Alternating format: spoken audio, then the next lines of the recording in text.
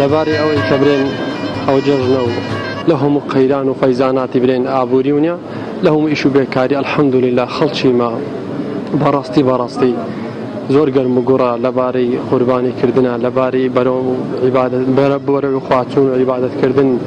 یعنی پێشبینی ئەوەمان کرد با بڵێن ساڵی ڕابردوو گوتمان ئەگەر بێت و خەڵکی بێقەنەعەت وای دەگۆن ئەگەر چەند مانگێک ساڵی بەزدا وەزعیدا و ها درێژە بچێشەی خەڵک دەیان ئینسان دەخوا بەڵام ئەوە لێکدانەوێکی خەڵکێکی بێقەنەعەت بوو. الحەمدولله سپاس و خوای مەزن دلۆڤان خەڵکەکە زۆر بە گەرم و گوڕیەوە پێشوازێکا لە قوربان و لە هەموو جاری وای ئینسان يعني براسي الآن أقول هندنا خصا بلام آماده بارقات كا قرباني بدا والله إذا أو خلشي سجاد ولنا وما ولا شيء أو شاخ وداخ ومن دالو جورو وجسكو حمد شنو توجه كانونيا دوا كاريان أبيع أم خلقيا